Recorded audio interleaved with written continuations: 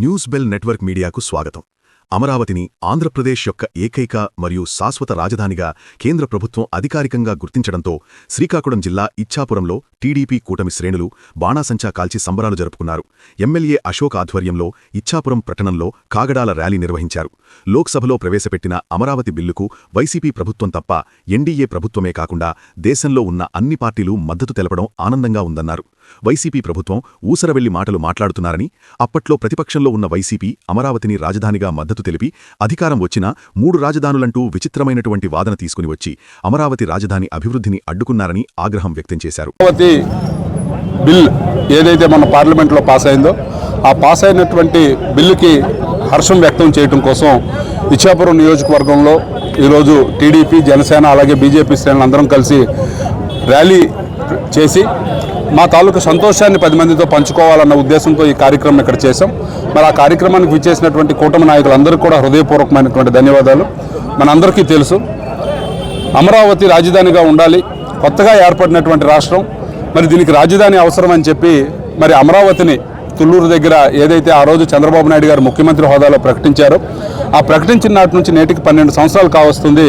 మన రాష్ట్రానికి రాజధానే లేనటువంటి పరిస్థితి మరి గత పాలకులు తీసుకురావటం, మరి ఎవరొచ్చినా దీన్ని మార్చకుండా ఉండాలనే ఉద్దేశంతో మొన్న ఈ నెల 28వ తారీఖున మరి అసెంబ్లీలో తీర్మానం చేయడం, ఆ చేసినటువంటి తీర్మానాన్ని కేంద్ర ప్రభుత్వానికి పంపించడం, అక్కడ మోడీ గారి నేతృత్వంలో ఉన్నటువంటి ఎన్డీఏ ప్రభుత్వం దానికి సంపూర్ణ మద్దతు ప్రకటించడం, ఎన్డీఏలో ఉన్నటువంటి పార్టీలే కాకుండా దేశంలో ఉన్నటువంటి వివిధ పార్టీలు కూడా ఈ అమరావతి బిల్లుకి మద్దతు ప్రకటించడం అనేది నిజంగా చాలా అద్భుతమైనటువంటి కార్యక్రమం. ఎందుకంటే మనకు తెలుసు ఒక్క జగన్మోహన్ రెడ్డి పార్టీ తప్ప దేశంలో ఉన్నటువంటి వాళ్ళందరూ కూడా ఈ తీర్మానాన్ని బలపరిచారు. కారణం ఏంటి అని అంటే జగన్మోహన్ రెడ్డి గత కొన్ని రోజులుగా తన ఊసరవెల్లి రాజకీయాలు ఏ రకంగా ఉంటాయి, తన ఊసరవెల్లి మాటలు ఎలాగా ఉంటాయి మనం అందరం కూడా కంటిన్యూస్గా చూస్తూనే ఉన్నాం. మొట్టమొదటిది ఆ రోజు మేము కూడా అసెంబ్లీలో ఉన్నాం.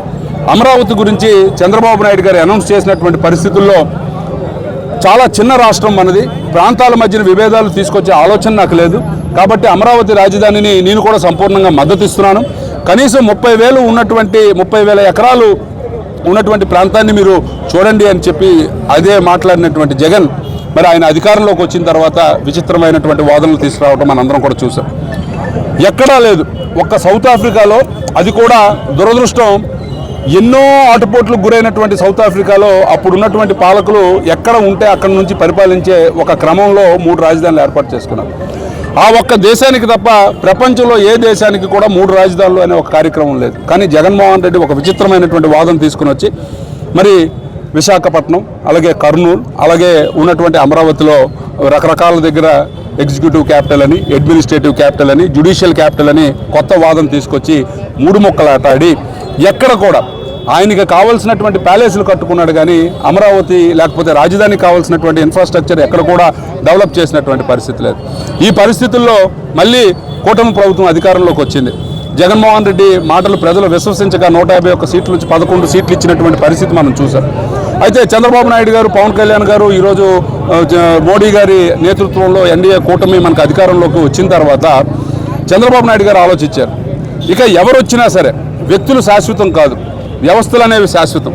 ఈ శాశ్వతంగా ఉన్నటువంటి వ్యవస్థల్లో వ్యక్తి మారినప్పుడల్లా ఇలాంటి కార్యక్రమాలు జరిగితే ప్రజలు నష్టపోతారని మరి అర్జెంటుగా తీర్మానం చేయడం, కేంద్ర ప్రభుత్వాన్ని ఒప్పించి మరి ఈరోజు వాళ్ళతో కూడా పెర్మనెంట్గా అమరావతి ఏకైక రాజధానిగా మన ఆంధ్రప్రదేశ్కి ఉండబోతుంది అని చెప్పి ఒక తీర్మానం చేశారు.